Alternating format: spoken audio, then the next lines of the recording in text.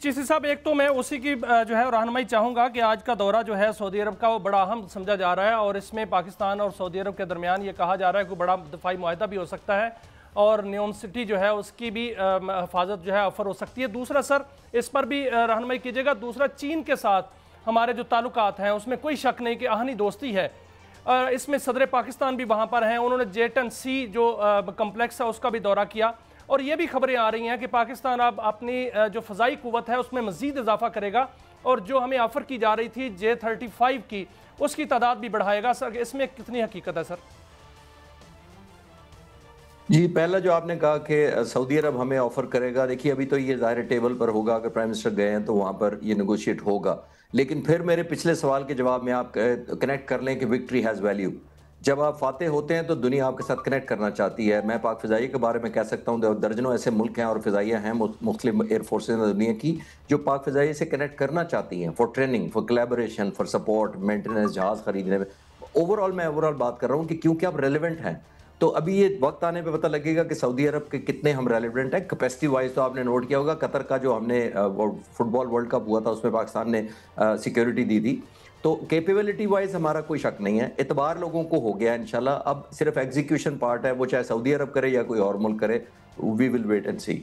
जो चाइना की आप बात कर रहे हैं कि प्रेसिडेंट भी वहाँ मौजूद है, चाइना बहुत ट्रस्टेड फ्रेंड रहा है, इसमें कोई शक नहीं है और हमने भी उसकी उम्मीदों से बढ़कर परफॉर्म किया उन्हीं जहाज़ों के साथ। J-10C जिनकी हम बात कर रहे हैं, उनके लिए भी प्लेजेंट सरप्राइज था। जितनी इफेक्टिव एम्प्लॉयमेंट और जितनी डिसेप्शन टेक्निक्स इस जहाज पर पाक फ़िज़ाइया ने overall under the present leadership लगाई हैं, वो भी एक हिस्ट्री का हिस्सा बन चुका है। हम डेफिनेटली J-10C ने बहुत ज़बरदस्त परफॉर्म किया है। मेरे नॉलेज के मुताबिक पाक फ़िज़ाइया फर्दर पॉसिबिलिटी एक्सप्लोर कर रही है कि एक और स्क्वाड्रन J-10C का ले, और जो J-35 का आप कह रहे हैं वो इंगेजमेंट है पाक फ़िज़ाइया की इस वक्त मुख्तलिफ मुल्कों के साथ बेस्ट वेपन, ताकि हम ट्रांसफॉर्म करें, फर्दर ट्रांसफॉर्म करें। पाक फ़िज़ाइया पिछले सालों में 3.5-4 साल में बहुत ज़्यादा ट्रांसफॉर्म हुई है और सबसे बड़ी बात ये साइलेंट ट्रांसफॉर्म हुई है। हमने कोई शोर नहीं बचाया, आपने मीडिया पे कोई होप नहीं, वो पॉजिटिव वो नहीं देखा होगा, कोई स्लोगन्स नहीं देखे होंगे, परफॉर्म करके बताया, इंडिया को बताया कि थिंग्स हैव चेंज। तो इंशाल्लाह आने वाले वक्तों में आप बहुत अच्छी खबरें सुनेंगे, पाकिस्तान और ज़्यादा स्ट्रेंथन होगा, खासतौर पर इंशाल्लाह पाक फ़िज़ाइया। अच्छा, अभी कह रहे हैं कि फौजें उनकी दाखिल हो रही हैं गजा में और बड़े वो एक और सवाल है सर कि पाकिस्तान ने कतर के इशू पर जी हाँ जी, मैं मैं सवाल कर लूं सर? जी बताइए गो अहेड। जी चिश्ती साहब, पाकिस्तान ने कतर के इशू पर जो है वो बड़ा दिलेरी दिखाई और फ्रंट लाइन पर आकर जो है वो इसराइल की मुखालफत की और उसमें आपने देखा सर कि जो अक़वाम मुत्तहिदा है वहाँ पर भी और जो समिट हुई वहाँ पर भी जो है वो बाकायदा तौर पर मुस्लिम उम्मा को ऑफ़र किया कि हम आपके साथ हैं।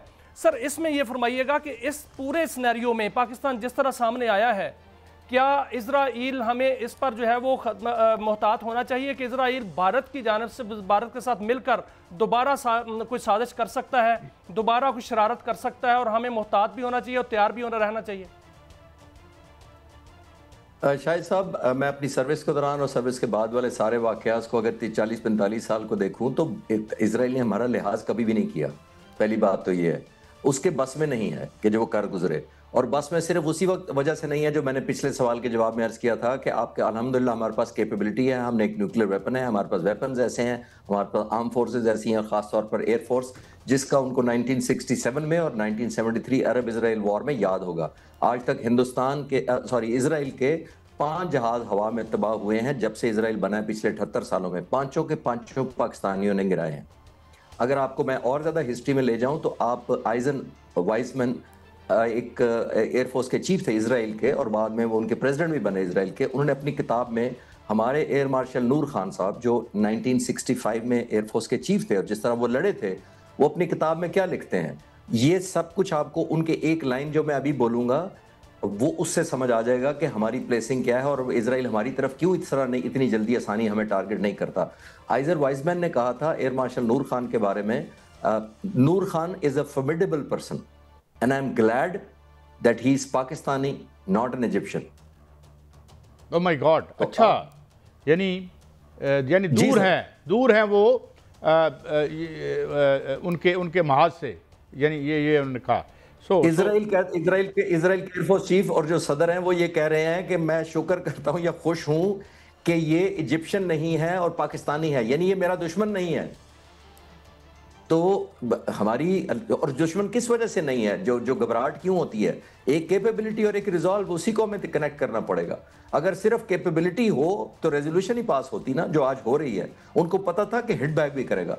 हमारा न्यूक्लियर प्लांट, आखिरी बात शाहिद साहब के लिए, हमारा न्यूक्लियर प्लांट जब बन रहा था तो मैं ऑब्वियसली एज यंग ऑफिसर और मिडिल एज में हम उसको डिफेंड किया करते थे। तो हमें दो ही मुल्कों से खतरा था हमारे न्यूक्लियर प्लांट पर, एक इजराइल से, एक इंडिया से, या दोनों को मिलकर।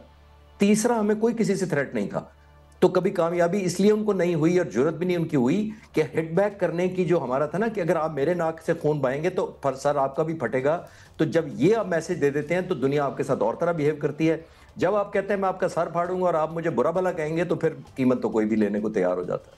It's a strange coincidence Chishti साहब के हमने इब्तदाई तौर पर 5 तैयारे गिराए इंडिया के, और 5 फिर वो कहानी मैं सुन रहा था एयर मार्शल महमूद मलिक साहब ने सुनाई कि ऑल दोज पायलट्स उन्होंने ये वॉलंटियर किया था and they were told in black and white कि well if anything happens to you we will not own you. Is that true?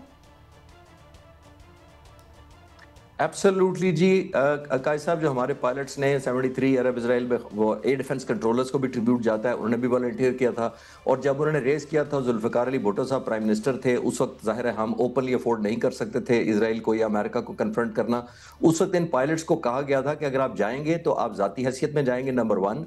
अगर वहाँ मारे गए और शहीद हो गए तो आपकी हम डेड बॉडी क्लेम नहीं करेंगे, आपको कंपनसेशन नहीं देंगे आपकी फैमिलीज को, और सबसे बढ़कर कोई रिकग्निशन या मेडल भी नहीं देंगे आपको। इसके बावजूद इन पायलट्स और एयर डिफेंस कंट्रोलर, जिनको सलाम है, जिन्होंने कहा था, और आज भी हयात है उनमें से बहुत सारे लोग, और वो उन्होंने कहा था कि हमें मेडल्स और रिकग्निशन की हम जा ही नहीं रहे। एयर कमोडोर सत्तार अलवी, जो अभी भी हयात हैं, वो अपना जितना इनाम हो इकराम मिला था वो सोल्जर वेलफेयर ट्रस्ट सीरिया में देकर वापस आए थे। My god. अच्छा, ये यानी जाहिर है, एक सवाल कर लूं, टाइम है? जी प्लीज गो अहेड। चिश्ती साहब, अब जो भारत है वो तो हमारा दुश्मन है, असली दुश्मन है, और दुश्मन है उसमें कोई शक नहीं। और हमने साबित किया कि जब भी उसने जारहियत की हमने उसको मुंह तोड़ जवाब दिया। और इस दफ़ा ये हुआ कि जो इसराइल है वो भारत के साथ मिलकर लड़ा और फिर हमने मुंह तोड़ जवाब दिया। अब जो इसराइल है वो अगर डायरेक्ट हम पर जो है हमलावर होता है, क्योंकि वो डिक्लेयर हो चुका है दुश्मन, तो क्या हमें भी ऐसी कैपेबिलिटी हासिल करनी चाहिए कि हम उसको डायरेक्ट जवाब दे सकें? शाहिद साहब, मेरे पास सीक्रेट तो नहीं है कोई ऐसी बातें, लेकिन ये मैं आपको श्योर करा सकता हूं कि हमारे पास वो कैपेबिलिटी है कि हम हिट बैक करेंगे और कीमत बहुत ज्यादा मांगेंगे। Let's be very clear about it. Tactics क्या होंगे, स्ट्रैटेजी क्या होगी, मोड क्या होगा, टाइमिंग क्या होंगे, जगह क्या होगी, इंटेंसिटी क्या होगी, ये प्लानर्स जानते हैं।